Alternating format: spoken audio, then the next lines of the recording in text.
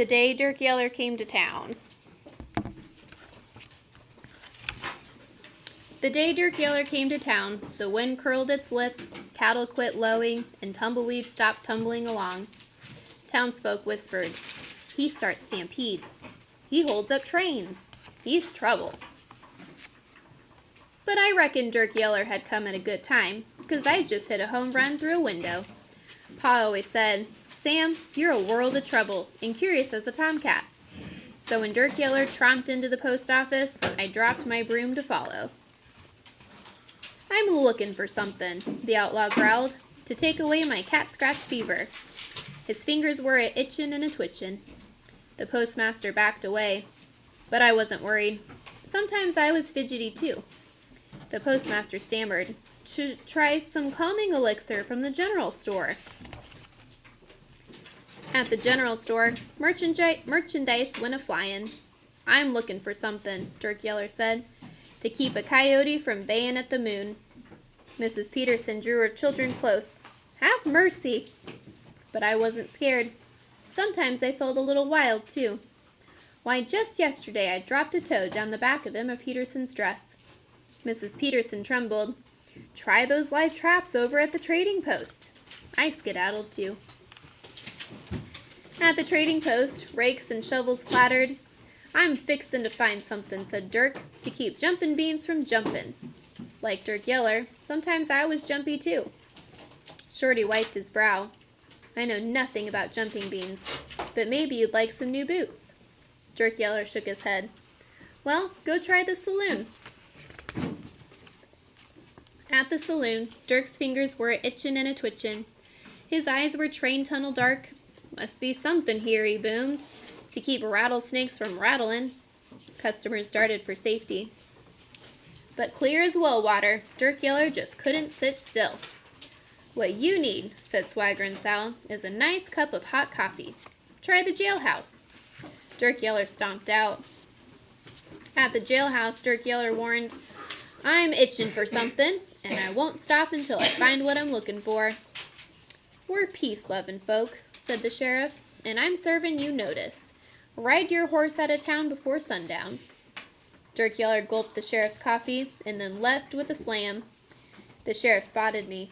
"Sam?" I tipped my hat and scrammed. Down the boardwalk, Dirk Yeller stomped. Through dust and dung, Dirk Yeller clumped, and in the middle of the street, he stopped. I suddenly remembered what always helped me. I gulped down my jitters and stepped into the outlaw's shadow. Dirk Yeller's eyes drilled into my backbone, but I held my ground and stood tall like a world of trouble. "Dirk Yeller," I said, "if I can show you how to stop your itchin' and twitchin' and your jumpin' and rattlin', will you promise to leave our town in peace?" The outlaw gave a snort, which I took to mean yes. "Then follow me." To my relief, glory be, Dirk Yeller tromped right after me. Inside the new building, he was itching like a dog scratching fleas. His eyes were coiled for trouble. But Miss Jenny didn't seem scared. "Sweet as pecan pie," she asked. "May I help you?" "I'm looking for something," Dirk Yeller grumbled, "to take away my cat scratch fever. To keep coyotes from baying at the moon, to keep jumping beans from jumping, to keep rattlesnakes from... Come with me." She led the way to a tall stack of books. "This one?" she asked. "Or perhaps this?" Dirk Yeller opened a book, then started to mouth the words. I could tell he wasn't a strong reader. When he stumbled on a hard word, his face turned red as Ma's blue ribbon tomatoes. So I whispered, "Here, Mr. Yeller, let me help." Together we sounded out word after word. Soon Dirk Yeller was turning one page, then another. And the more the outlaw read, the less he itched and twitched. The more he read, the less he jumped and jittered. Sure as shootin', Dirk Yeller was sitting still. Before long, the sun sank low. The sheriff rattled handcuffs in warning, and then Miss Jenny called out, "Closing time." The outlaw glared. "I'll be back." The townsfolk froze, and I froze too. What if I'd been all wrong? "I'll be back," Dirk Yeller said, "to check out more books." The people cheered, and then he winked. and to see Miss Jenny. Saddlebags full, Dirk Yeller rode off into the sunset. The wind blew a sigh of relief, cattle started lowing, and tumbleweeds went back to tumbling along.